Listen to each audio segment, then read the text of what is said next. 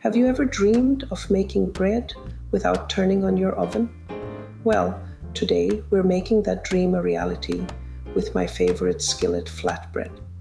These beauties are soft, golden, and unbelievably satisfying. And the best part?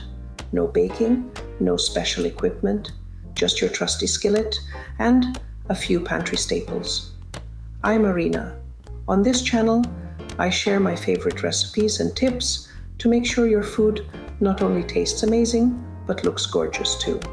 From my cozy kitchen to yours, let's dive into a comforting and super satisfying skillet flatbread recipe.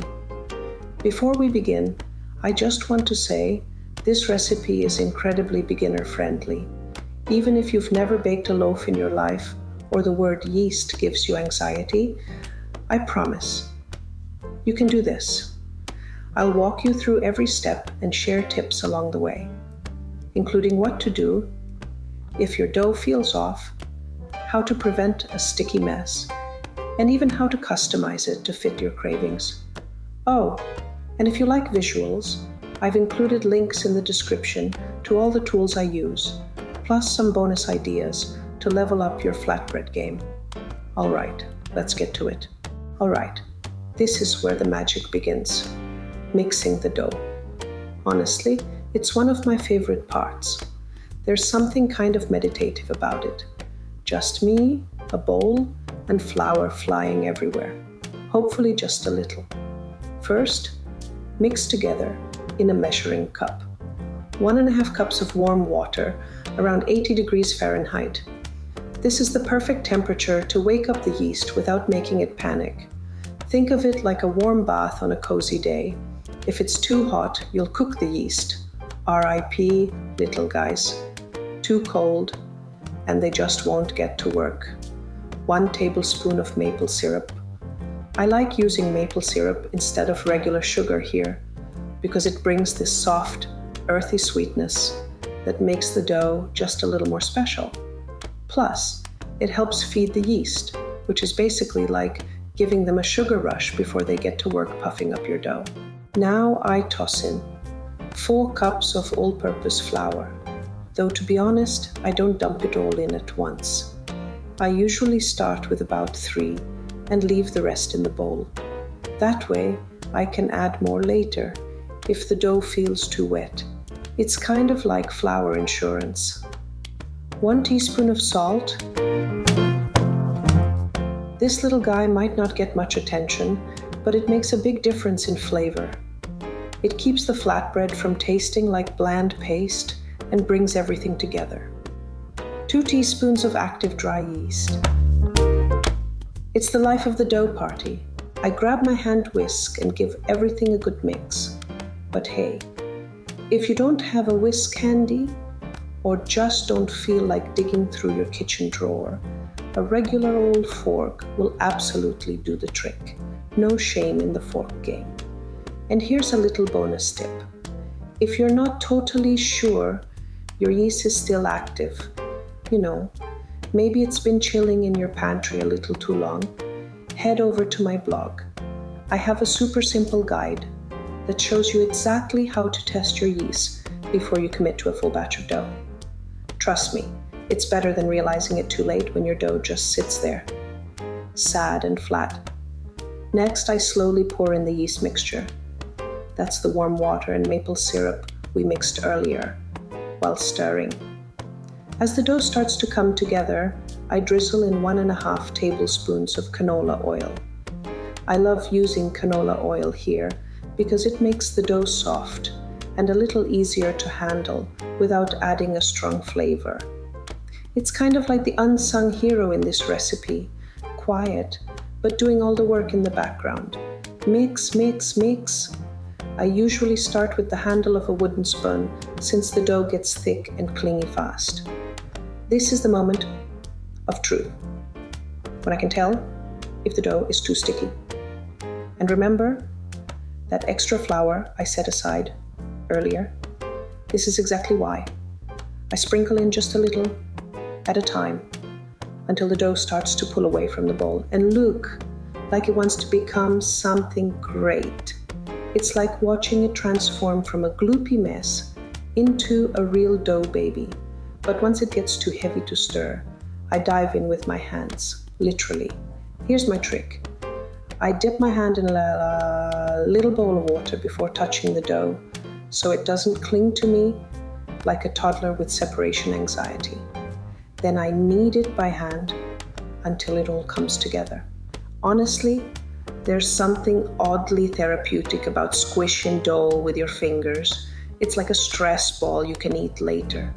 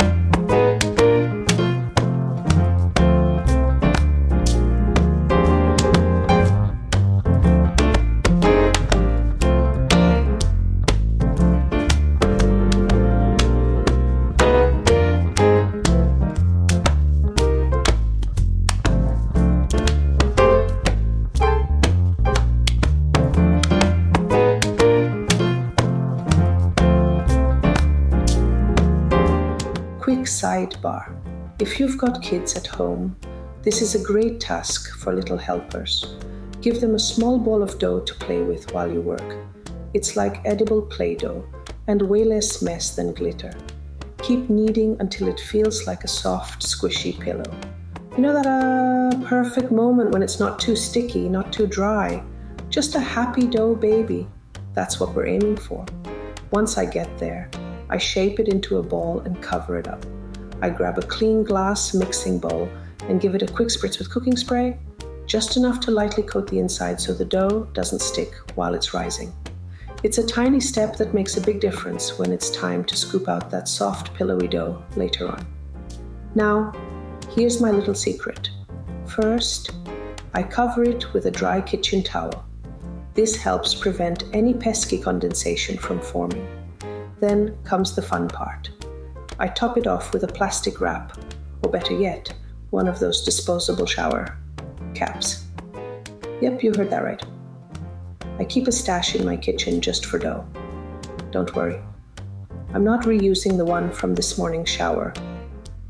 W. They're clean, stretchy, and snap right over the bowl, like they were made for this. Now, it's time for the dough to take a nap. I usually set the bowl by a sunny window and go make myself a cup of tea. Or, real talk, I sometimes pop it in the laundry room. Honestly, the warmest place in the house. Dough rests, I rest. It's a cozy little pause in the recipe. This is a great time to prep your cooking station. clear off a space for rolling, grab your skillet, and get your tools out. That way, once your dough is ready, you won't be scrambling.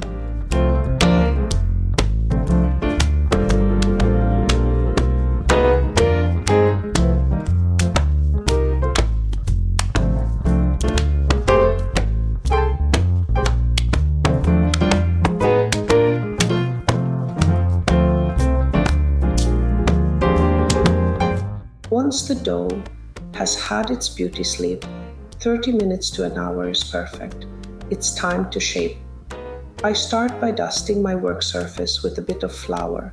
Nothing too crazy, just enough to keep things from sticking. I use a dredge filled with all-purpose flour, which makes it super easy to sprinkle just the right amount. But hey, if you don't have one, your hands work just fine too. It's all about what gets the job done without turning your counter into a flour explosion scene. Next, I divide the dough into 8 pieces. No need to bust out a ruler. I just eyeball it and trust my instincts and my caffeine levels. I use my favorite tool for this, a dough cutter. It's one of those simple gadgets that makes you feel like a pro. If you don't have one, a butter knife works too. Just don't tell my dough cutter I said that. I roll each piece into a ball and place them back on the floured surface. Then I cover them up again, first with a dry kitchen towel and then with plastic wrap, just like we did before. Yep, the dough gets another little nap. Let it rest for about 15 minutes. This gives the gluten time to relax, which makes rolling them out later way easier. And hey, we all perform better after a power nap, right? After that, I roll each dough ball out into a nice thin circle, or something vaguely circle adjacent. Aim for about a 1/4 inch thick, but honestly, I just go with what feels right. I like using my French rolling pin here because, well, it just makes me feel like I know what I'm doing. It's long, sleek, and kind of dramatic. But if your flatbreads end up looking like wonky ovals or potato shapes, that's not a mistake. That's rustic charm. Let's call it artisan style. I like to stack them on thin plastic cutting boards. It saves space and makes them easy to grab. Another trick, you can layer them on top of each other with parchment paper in between so they don't stick together. I always roll them all out in advance because once we start cooking, things move fast. Like blink and you miss it fast. Trust me, you don't want to be stuck rolling dough while your skillet is smoking and your first flatbread is already done.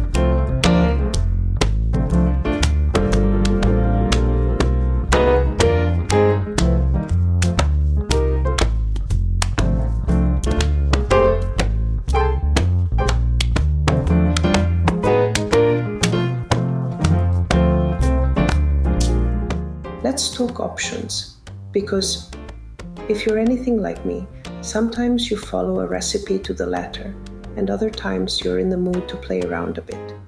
You honestly don't need anything fancy for this one, but there's always room to get creative if the mood strikes.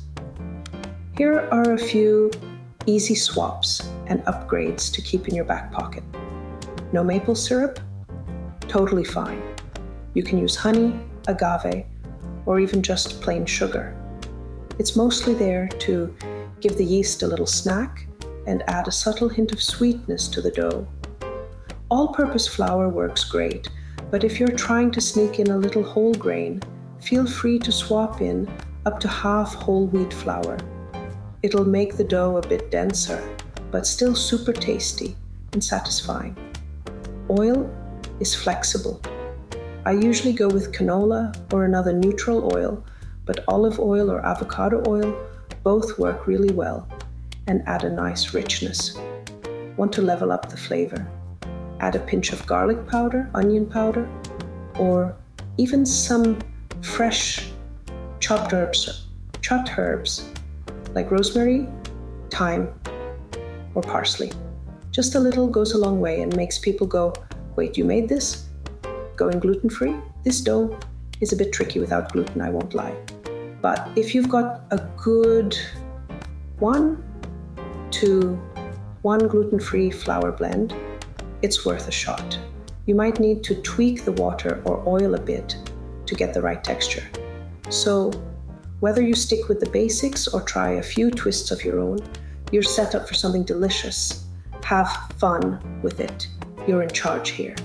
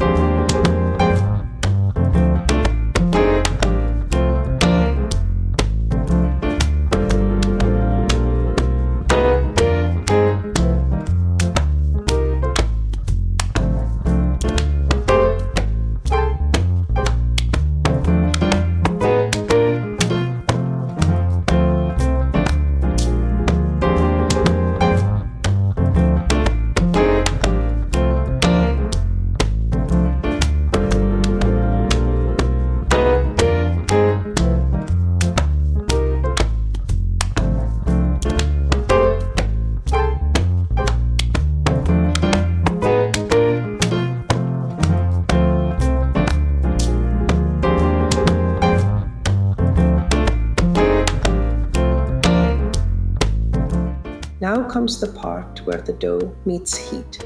Skillet time.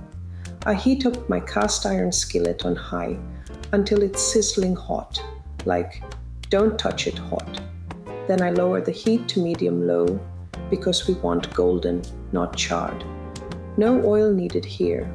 We're going dry. In the summer, I like to switch things up and cook these on the grill over a pizza stone. It adds this amazing smoky flavor that makes people think I've gone gourmet. Seriously, these flatbreads vanish in seconds. I have to hide a few just so I can enjoy them myself. I lay one of my doughy creations into the skillet and watch it bubble and puff. After about 2 to 3 minutes, it should have those dreamy golden brown spots. Flip it. Let the other side cook for another 2 minutes. Then I wrap it in a clean kitchen towel to keep it warm and cozy. I repeat until I've got a glorious stack that smells like I'm running a mini flatbread bakery. Want to know my pro tip for big batches? Keep the finished ones in a low oven, about 200 degrees Fahrenheit, to stay warm while you cook the rest. That way, when everyone's ready to eat, the whole stack is warm and ready.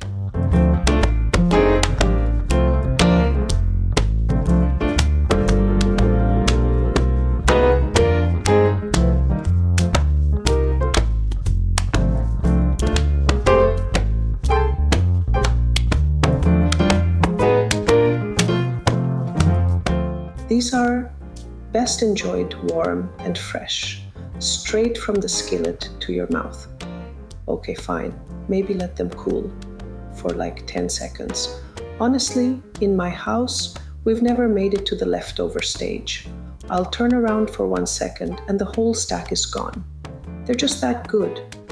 But if you have leftovers, do you though? Pop them in a zip top bag and keep them at room temp for up to 3 days, or freeze them for up to 3 months. Just label and date them so you don't forget what that mysterious frozen disc is. To reheat, toss them back in the skillet for a minute or 2. They'll perk right back up. Serve them with soups, dips, wraps, or even as a base for flatbread pizzas. I've gotten very creative with toppings. Hummus, eggs, leftover curry, peanut butter, and banana. It all works. Want more flavor? Add chopped herbs, garlic powder, or grated cheese to the dough. I've even added za'atar and a swirl of olive oil for a Mediterranean vibe. Go wild!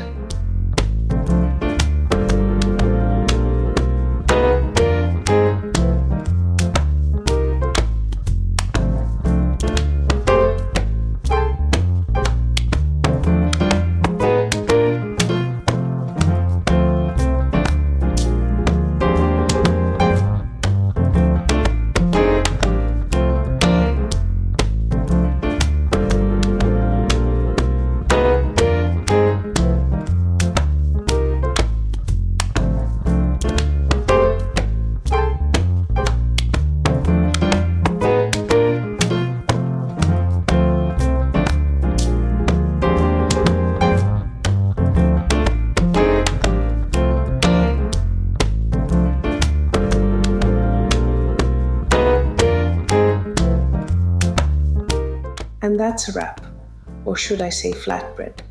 Skillet flatbread with no oven, no drama, just pure homemade goodness. This flatbread also makes the perfect sidekick for a vegetarian butterboard. Seriously, it soaks up all that creamy goodness like a champ. Don't miss my next video where I show you how to pull together a beautiful, budget-friendly board that'll wow your guests without emptying your wallet. If you liked this video, give it a thumbs up and hit subscribe for more fun kitchen adventures.